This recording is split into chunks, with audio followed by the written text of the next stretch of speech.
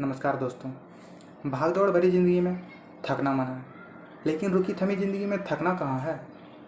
इस रुकी थमी ज़िंदगी में भी आपके पास इतना वक्त नहीं होगा जो कि आप मेरे इस वीडियो को पूरा देख सकेंगे।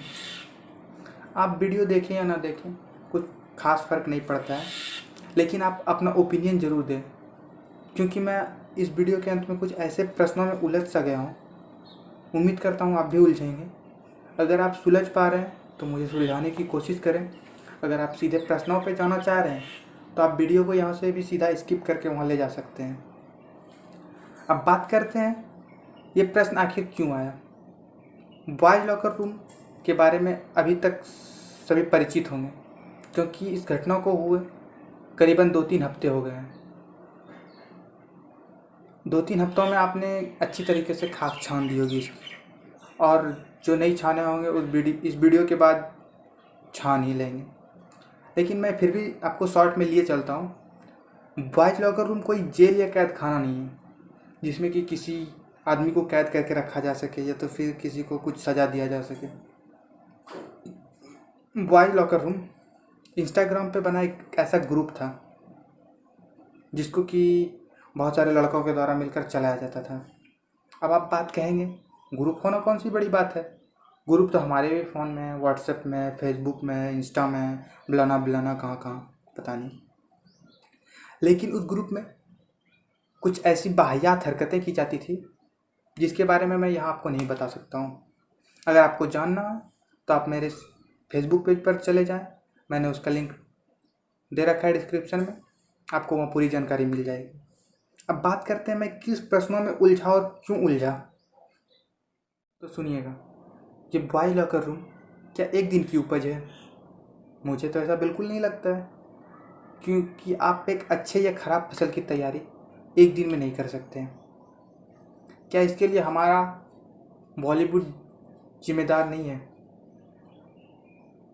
आप क्या सोचते हैं बड़े बड़े पबों की सीन दिखा करके, सिगार हुक्का दारू की सीन दिखा करके 82 इंची के टीवी में आप 2 सेंटीमीटर के पट्टी में लिख देंगे धूम्रपान स्वास्थ्य के लिए हानिकारक है या फिर स्मोकिंग इंजूरियस फॉर हेल्थ, तो क्या लोग देख लेंगे?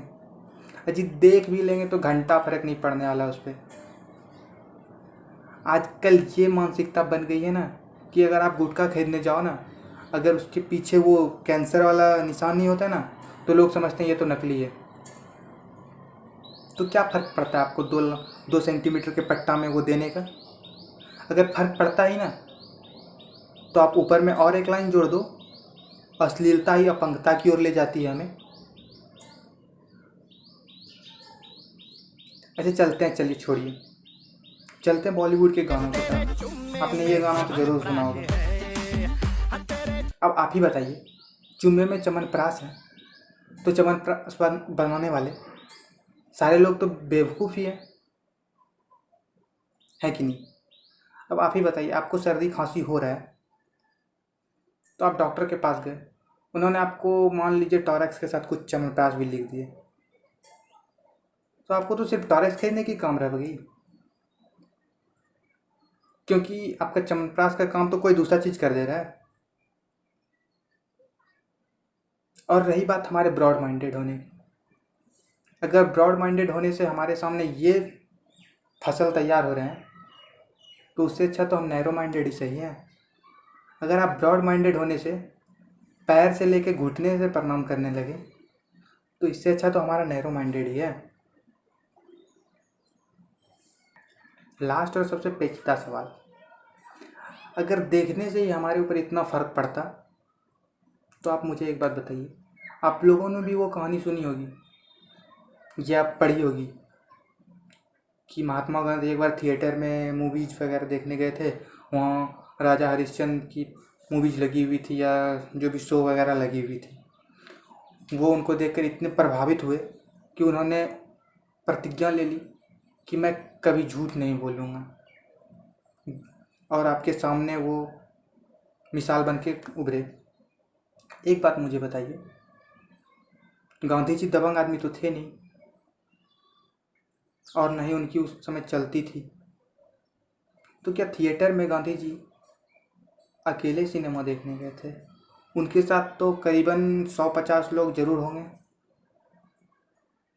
उनमें ये भावना क्यों नहीं जागी? ये बहुत पेचीदा है, मैं भी इसमें फंसा पड़ा हूँ। अगर आप लोग अपना ओपिनियन देना चाहते हैं तो नीचे कमेंट बॉक्स खुली पड़ी है, आप अपना ओपिनियन दें। Thanks for watching.